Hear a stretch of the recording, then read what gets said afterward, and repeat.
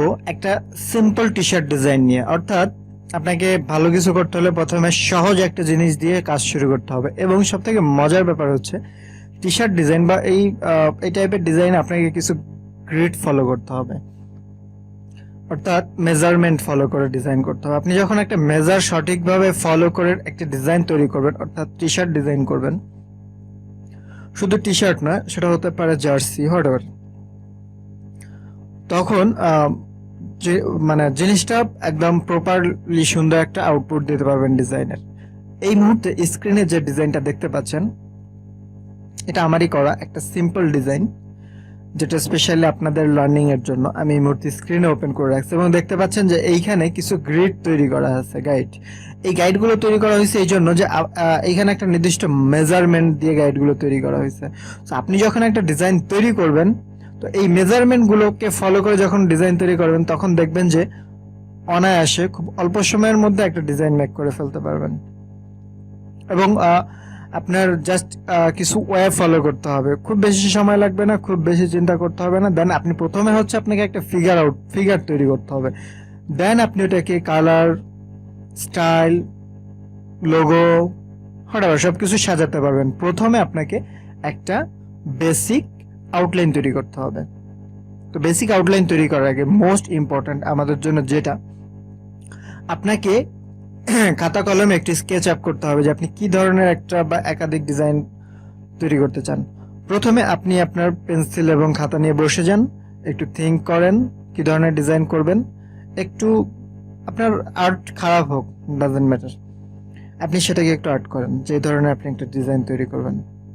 তো যখন আপনি একটা স্কেচ আপ তৈরি করে ফেলবেন, দেন স্কেচ আপটা ছবি তুলে হোক, স্ক্যান করে হোক, আপনি কম্পিউটারের আপনার ইলাস্ট্রেটর সফটওয়্যারের মধ্যে নিয়ে আসেন। আপনি শুধু ইলাস্ট্রেটর না, ফটোশপ দিয়েও করতে পারেন, বাট আমি প্রিফার করি ইলাস্ট্রেটর দিয়ে ডিজাইন করতে। আমি কমফোর্ট ফিল করি, বা আমি মনে করি যে ইলাস্ট্রেটর হচ্ছে বেস্ট ডিজাইনিং এর জন্য। দেন আপনি মকআপ তৈরি করার জন্য ফটোশপ ইউজ করবেন, দ্যাটস আইডিয়াল। সো এখন আমরা দেখব যে এই মুহূর্তে যে টি শার্টটা দেখতে পাচ্ছেন স্ক্রিনে, এবং টি শার্টের যে মেজারমেন্টের একটা ব্যাপার আছে, এই ব্যাপার স্যাপারগুলো কি, এবং এই যে একটা ডিজাইন তৈরি করছে, এইখানে যে ডিজাইনটা দেখতে পাচ্ছেন, এটা হচ্ছে আমার গায়ের মাপের একটি টি শার্ট ডিজাইন। এটা আমি কোনো ডিজাইনের রুলস ফলো করি, যে এম, এস, এল, এক্সেল ডে সাইজ, আমি সেটা ফলো করিনি। এটা আমি ফলো করছি আমি যে টি শার্টটা পরি, অর্থাৎ আমি এম সাইজের টি শার্টগুলোই বেশি পরে থাকি। যখন সাইজে ঝামেলা হয় তখন হয়তো দেখা যায় যে এল টেল হঠাৎ কিছু একটা পরে। সো বাট বেসিক্যালি আমি এম সাইজের যে টি শার্ট পরি সেটারই একটা মেজার আমি গুগলে মেজার খুঁজতে যেয়ে ভাবলাম যে গুগল কেন খুঁজবো মেজার খোঁজার জন্য, যদিও এর আগে কখনো মেজারমেন্ট করে টি শার্ট ডিজাইন করিনি, বাট ডিজাইন করে দিছি শেষ। মেজারটা তো অলমোস্ট মানে যারা করতেছে ওরা জানেই, দ্যাটস ওয়াই এখানে মেজার প্রয়োজন হয় না। আপনি মেজার না দিলে সমস্যা নেই, বাট আপনি যখন ডিজাইন করবেন তখন মেজারটাকে ফলো করে যদি ডিজাইন করেন, তখন আপনি নিউয়ার হিসাবে আপনার ডিজাইনের আউটপুটটা ভালো আসবে। দ্যাটস ওয়াই আমি নিজের একটা টি শার্ট নিলাম, নিয়ে স্কেল নিয়ে মাপঝোপ, সাথে সাথে হয়ে গেল ব্যাপার স্যাপার গুলো। তো চলেন এইখানে যে গ্রিডটা আছে, এই গ্রিডটা সম্পর্কে আমরা প্রথমে ক্লিয়ার হই, তারপরে আমরা টি শার্টটা ডিজাইন করব। দেখতে পাচ্ছেন যে আমি প্রথমে কন্ট্রোল আর চেপে রুলারটা নিয়ে আসি।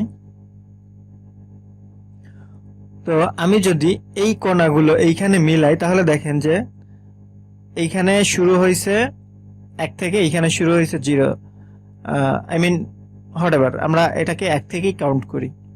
যদি এটা আছে হচ্ছে ইঞ্চিতে, তাহলে দেখেন যে এইখান থেকে এইখানে ডিস্টেন্স আছে 2 ইঞ্চি। সরি, এখানে বেশি হবে ডিস্টেন্সটা।